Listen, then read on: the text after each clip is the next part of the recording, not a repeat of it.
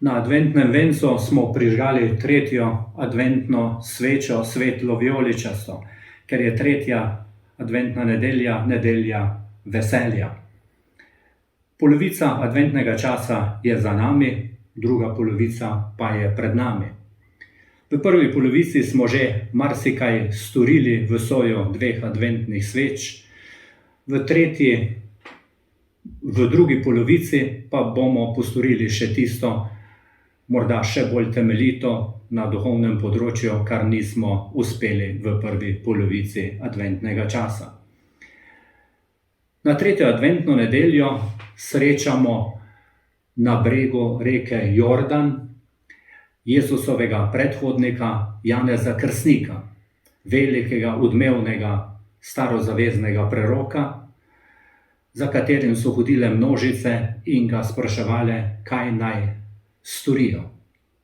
Janez Krstnik jim je glasno, jasno in odločno dajal navodila za življenje.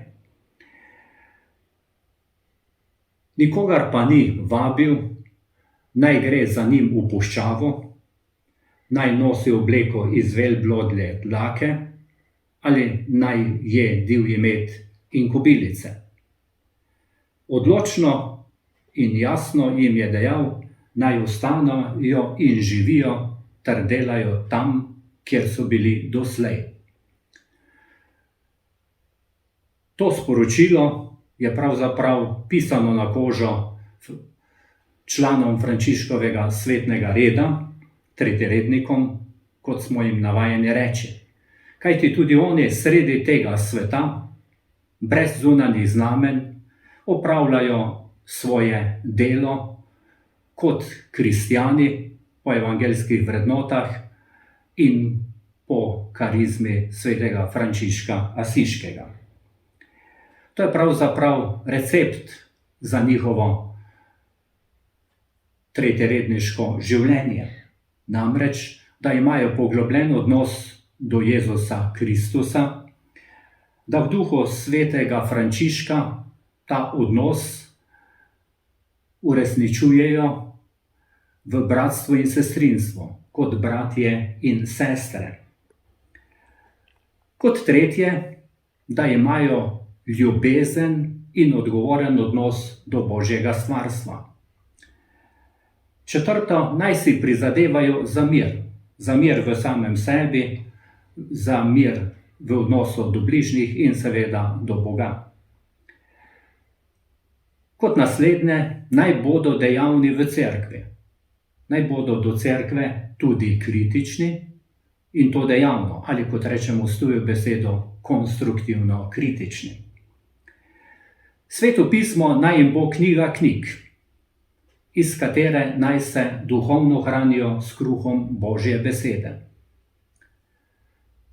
Spoštljiv in ljubeč odnos naj imajo do Evharistije, torej do Jezusa Kristusa pod podobo kruha, in naj ga tudi pod podobo kruha v svetem obhajilu uživajo kot duhovno hrano, da bo njihovo življenje polnokrvno in da bodo močni in pogumni. Kratko in malo, naj bodo delavni in pošteni, vsak na svojem delovnem mestu ali pri svojem delu. In seveda nazadnje dejavni naj bodo v molitvi.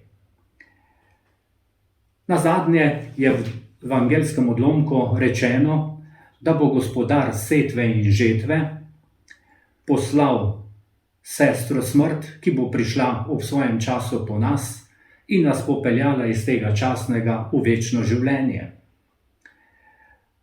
Gospodar setve in žetve pa bo v rokah imel velnico.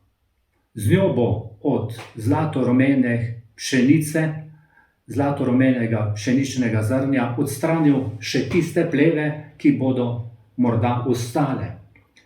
Te pleve bo sežgal v neugasljivem ognju svoje ljubezni, usmiljenja in dobrote.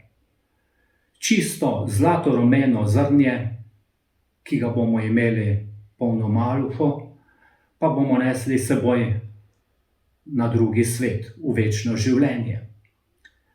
Kajti Edino le to bo na drugem svetu nekaj veljalo, kot pravi Kristus, česar molj in rja ne razjesta.